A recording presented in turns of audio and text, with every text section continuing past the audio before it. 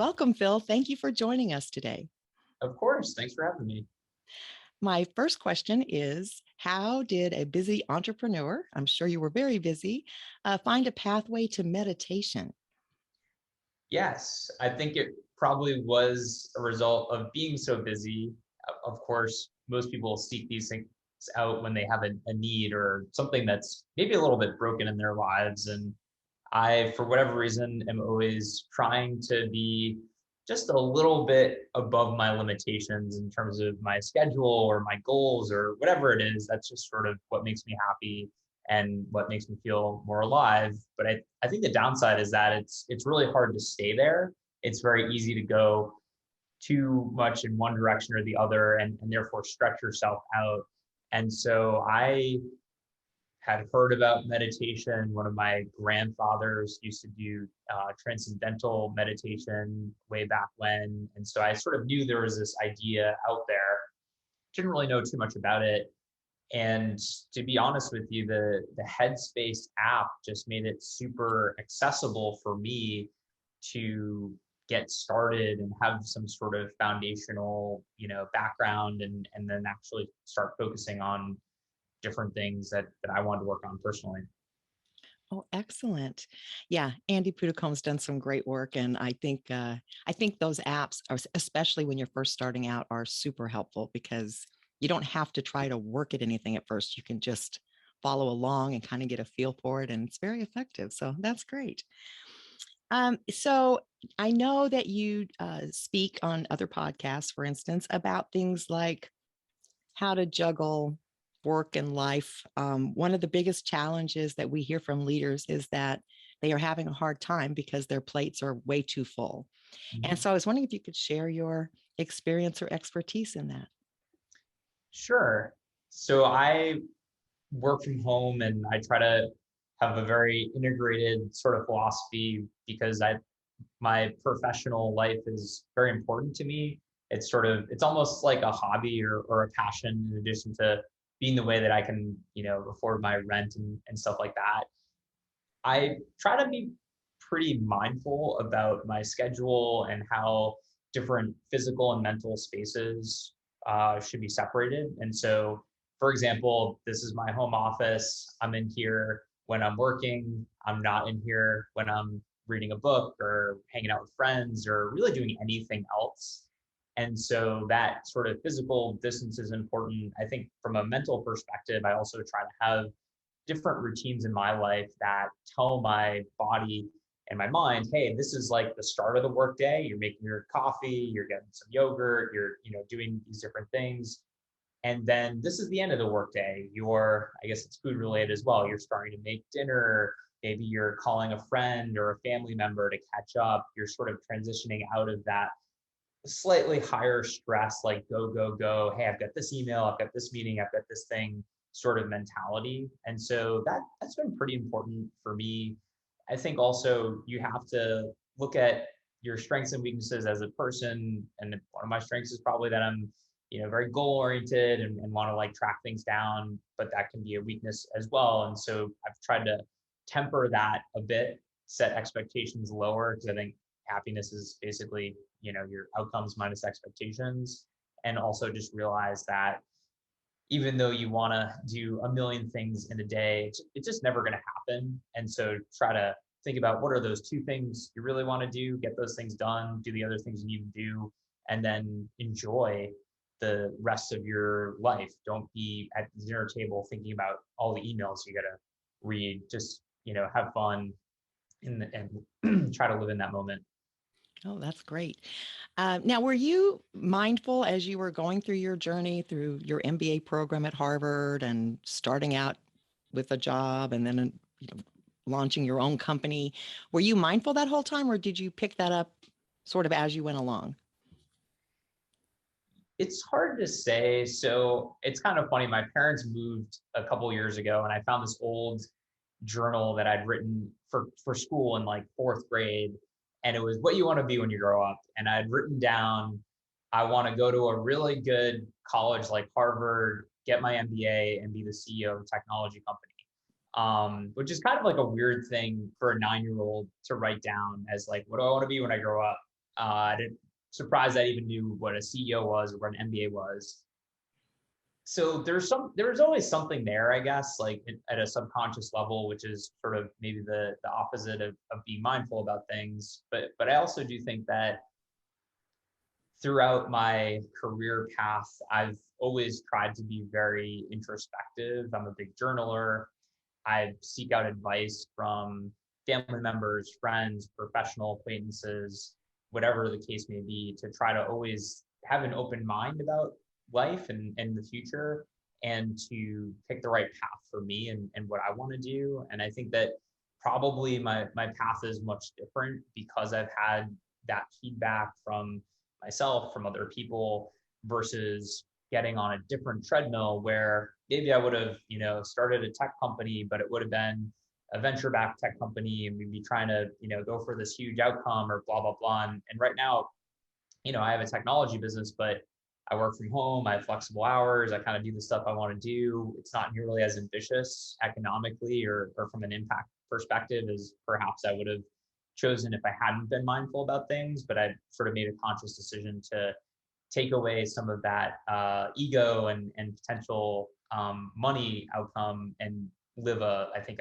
a better and healthier lifestyle. Yeah, it's really interesting because so many people who would have never experienced remote work, of course, have found themselves working remotely over the past year and a half. And I am hearing from enough of them to know there seems to be a trend of people questioning now what they were pursuing before because they've gotten a little taste of this isn't so bad this way instead of going for the most stressful, highest paid possibility to kind of get a better balance in there. So I can appreciate that. Yeah. Um, so in addition to all the stressors everyone's been under and including adjusting to remote work, one of the questions I had for you is related to burning out. Because whether you're working from home or in an office or somewhere else, there seems to be a lot of burnout now. And I'm assuming it's because of that extra stress that's occurred over the past year and a half. And now, people are not taking their vacations, they're worried, there's so many factors, layers of it. So I was wondering if you have any tips for how to avoid burnout once you're to that space of kind of overload. Yeah, I think burnout's something that sneaks up on you. And once you cross that threshold, it's really hard to come back from it. There are a couple of really good resources from remote first companies like Zapier, GitLab that talk about as an individual how you can avoid burnout. And I think a lot of it comes from this failure of individuals or companies to sort of demarcate the beginning and start of the workday. And so it's this physical and mental space that bleeds over. And if you're always on, you always have that stress, that adrenaline, eventually your nerves are just gonna like be frayed, right? So I think that, some of that stuff's like super tactical, and I would highly recommend people check those out. There's another really good book called Deep Work. This guy, Cal Newport, I think he has a TED talk too if you don't want to read the book, but essentially his whole philosophy is like, how do you like get stuff done? And a lot of us, we don't get a lot done because we're checking our phones, we're checking our emails, our attention's very like scattered and frayed as well. And he thinks that that leads to burnout. And so one of the big things he advocates for is to really disconnect on the weekends and like not do any sort of work. Don't check your email. And that's more or less what I do, with rare exceptions. I'm going on vacation next week, and so I actually worked this weekend.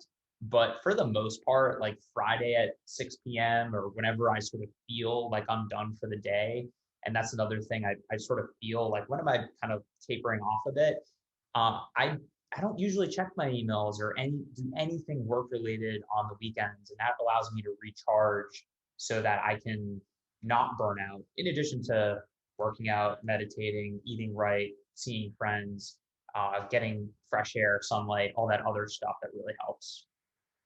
Well, that's a great example coming from a tech person because that's one of the biggest challenges I have in coaching people is to put the devices away, to lay them down and really get a break from screen time. I know a lot of people say, well, they go on their devices for pleasure, for entertainment. But almost everyone I know, once it's open, they check their email or they check Right. their messages. And so I frequently suggest put it away, put it in a drawer for a few hours and step away, because I agree with you. I think that is a lot of what's causing people to feel like they're on 24/7, and they're not, they don't have to be. It's just a habit. But Yeah, and I think it's really incumbent upon bosses to set those expectations. We have this like communications document in our company where there are expectations for when you respond to an email or a Slack message or a text message. And we don't want people to be checking their emails every 45 minutes because that's going to interrupt actually getting stuff done, in addition to leading to things like burnout. There's also a lot of cool things you can do on your phone. For example, you can put your phone into black and white mode. So unfortunately, there's billions of dollars spent on just the colors of applications to sort of spike dopamine and adrenaline and cortisol in your brain. And so if you just put your phone into black and white mode, you can actually use it much more responsibly. So doing things like that, it's sort of like maybe drinking Bud Light versus vodka sort of thing. Like, you can still enjoy the little buzz, but it doesn't get out of control. And so there's lots of little tactical things, and there's tons of advice on the internet about how to sort of have a more healthy relationship with your electronic devices that I recommend. well, that's great. That's a great tip. So I think one thing I would want to ask you, because you seem to be a little bit dichotomous, right? You're in technology, and it's all about, drive and goals and devices and software and, whatever it is. But that seems to be a very driven industry. And at the same time, you seem to have a really good idea of the need for balance and for enjoying the rest of life and not just work. And so I'm wondering if you could share, or if you're willing to share, like, do you meditate every day? And do you have a suggestion for our listeners as to, if they've not meditated before, how you either eased or jumped into that practice? I know you used Sure. Headspace, but I mean, did you do it once a day, 5 times a day? Did you do anything after that? I did it probably 5 days a week. Right when I got up in the morning, I was single at the time, and I would just sort of, on my bed, like put it on sometimes for 3 minutes, sometimes for 5 minutes. I was very intimidated to do anything longer than that. And eventually I built up that time where now I've done, hour long meditations. And the first time I did that was in a group setting. There's a cool place in Cambridge, Massachusetts, where you can go pre-COVID, and they'll do group meditations, which was, I think, for whatever reason, it was just easier to do those longer periods in that setting. And now my practice is to probably do 4 to 5 20-minute sessions per week. There are stretches where I'll go, 15 days in a row doing it every single day. And there's days, or there's stretches where I go 5 or 6 days in a row without doing it once. And I can tell the difference in both ways, in a really big way, actually. When I'm meditating, like, I just see the world so much more clearly. I'm not as emotional. I'm much more objective. I'm much more rational. I'm happier. I'm a better, friend, partner, all these things, business owner. And I think that one of the keys to meditation for folks that are just starting is that you don't need, if you do it for 5 minutes and you only focus on 2 breaths, you're making progress.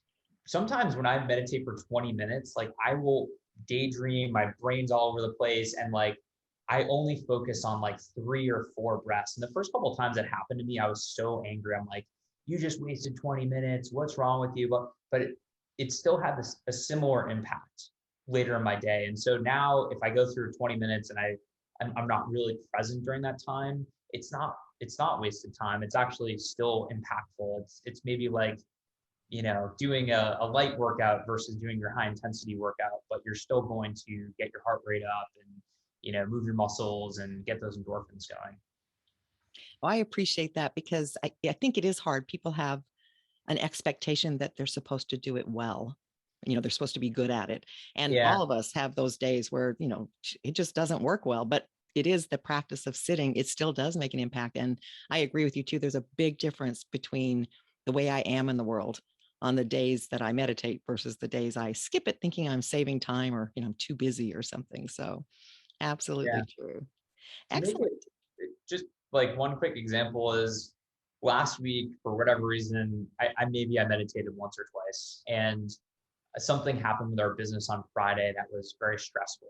And I was so stressed out. We had dinner with friends on Friday night and we had brunch on Saturday. And like, I just wasn't really there. I didn't really enjoy it as much.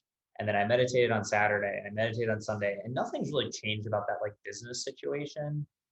But I'm just like much more like optimistic. I've figured out a couple ways of maybe, remedying this situation.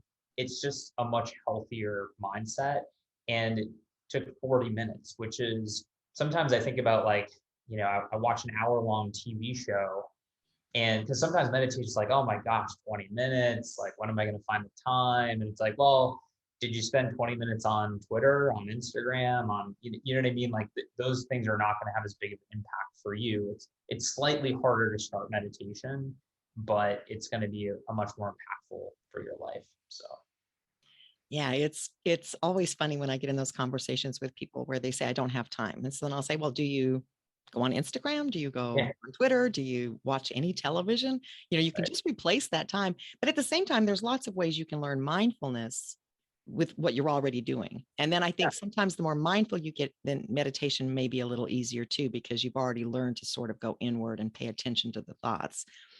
I really appreciate your sharing your wisdom with us today, because I do know that anyone in a position of leadership, especially these days, the pressure is intense to be on the go, busy all the time, looking busy all the time.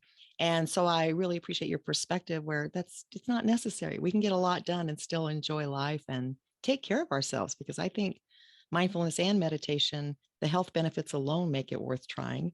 But I really appreciate talking to someone who really is, I'm sure your plate is very full and you still do it. So it's a great example. Thank you. of course. Yeah. Thanks for having me. Thanks for the great conversation.